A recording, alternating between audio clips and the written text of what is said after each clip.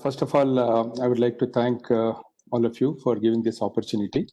In fact, it is just a coincidence that a few days back, I requested Mr. Premjit Krishnan to share some data about Taiwanese PCB manufacturers because there was a need for us to procure PCBs from Taiwan. And I'm happy that he came out, not only he keeps helping me every now and then, at the same time, he came out with this proposal that you are creating an opportunity to share my thoughts and experiences with the industry and what is there for Taiwan PCB industry for Indian market. So I will briefly touch upon few things. I haven't prepared any presentation, but I can always share the data if somebody is interested.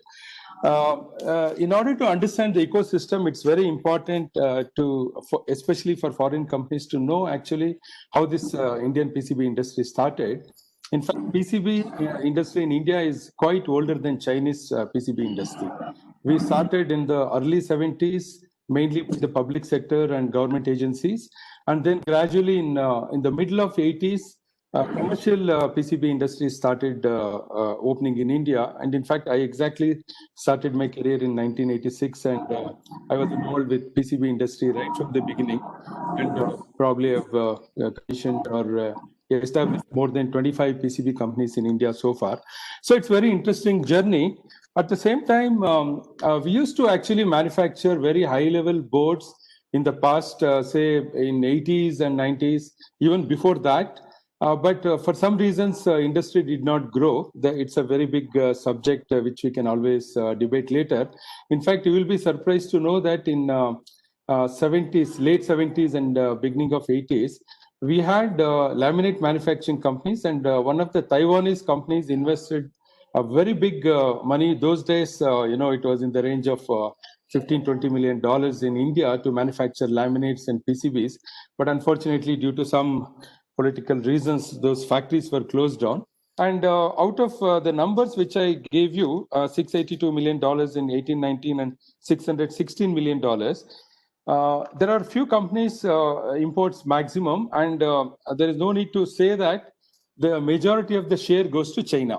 China is one of the largest exporter of PCBs to India.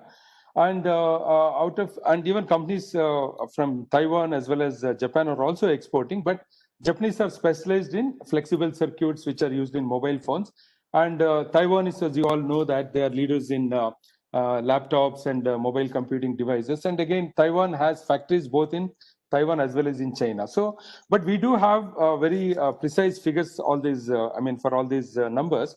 But, the main point today, what I would like to touch upon is, so what are the challenges we are facing in India? So I explained that the demand and supply gap is very huge. And India, actually about $450 million worth of PCBs are only used for Indian market. The rest are getting imported. We do have, where are the challenges? So the challenges for the Indian local industry is 80 to 90% of the raw materials gets imported. That means we don't produce, we don't have any supply chain except for a few things like chemicals and things like that. Laminates 100% imported. And we don't have even a local warehouses also in India. That means we have been telling from associations, we always requested suppliers to start their warehouses so that Indian companies can actually buy from the local warehouse. Now the average time for stocking raw material is about 3 months. That actually means that you are blocking your working capital for 3 months, which is actually not good. And then we are good in quick turnaround boards and even some high-tech boards, but very small volumes. So any boards more than 8-layer multi-layer boards and 4 mil by 4 mil technology, the challenges are high-tech versus high volumes. And then we don't have any volume production of HDA boards. That means high-density interconnection boards used in mobile phones and laptops and things like that. In any case, these are coming to India as a completely assembled or semi-knockdown kit. So then the final assembly happens in India. So that means there's a huge opportunity exists for especially Taiwanese companies. And I don't have to mention the reasons. In the beginning, we saw the presentation that what is the shifting dynamics of the industries and economies due to not only COVID pandemic, but this problem started even before that. Okay, what are the opportunities for Taiwanese companies? I'm left with 2 more minutes. So one of the easiest way for Taiwanese companies to enter India is to become a supplier. But we have learned some lessons while dealing with Chinese companies.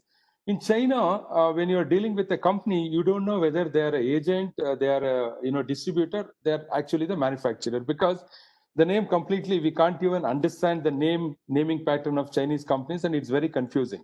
So to be a successful supplier to Indian companies, I suggest that Taiwanese companies should work directly with Indian companies. And procurement of PCB is not an easy job. In fact, my company procures close to $250,000 worth of PCBs.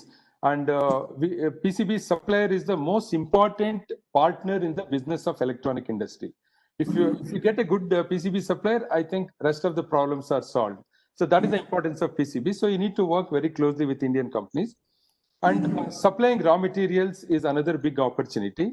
But even bigger than that, I always say that you start a raw material manufacturing company, use India as the hub for supplying for Indian market as well as for exports to West. European markets, American markets, India is the best place to establish your raw material manufacturing facility. And laminate, I have been getting a lot of inquiries for establishing laminate factories. And we are actually looking for suppliers in Taiwan who can collaborate with Indian companies. Indian companies are willing to invest on laminate manufacturing, because laminate is 40% of PCB is laminate. And we have opportunities for drill baits, plating, services, providing drilling as a service. That concept doesn't exist in India, even if it exists in a very, very small way, because the Indian industry is not so big as of today. A big Taiwanese company can come to India and establish drilling services, so that Indian companies need not invest on capital equipment. And this concept exists in China, Taiwan, for more than 30 years.